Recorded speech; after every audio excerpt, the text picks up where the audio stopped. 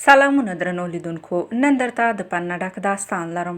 امید لرم تر پای وګورئ او زموږ چینل در سره حتما سبسکرایب کړئ.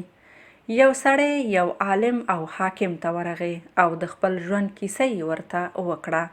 ویل زما یوه جنۍ خوښه وه.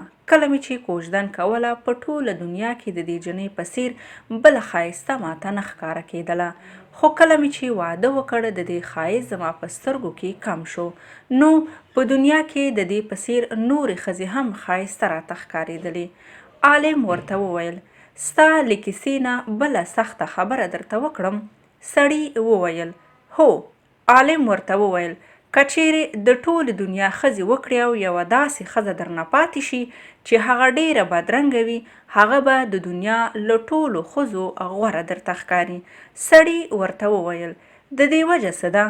عالم په ځواب کې ورته وویل دغه ستونزه ستا په میرمن کې نه ده، بلکې ستونزه په دې کې ده کله چې یو انسان سترګې وږې او بې حیا شي، د قبر له خاورو څخه پرته یې سترګې بل هیڅ یو شی نشي مړولی او نه ډکولی شي.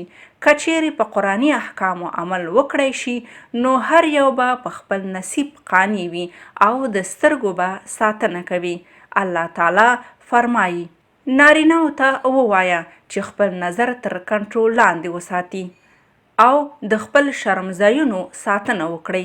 دا د هغو لپاره ډیره پاکه کړنلاره ده په باوري توګه هغوی چې څه کوي الله پې خبریږي.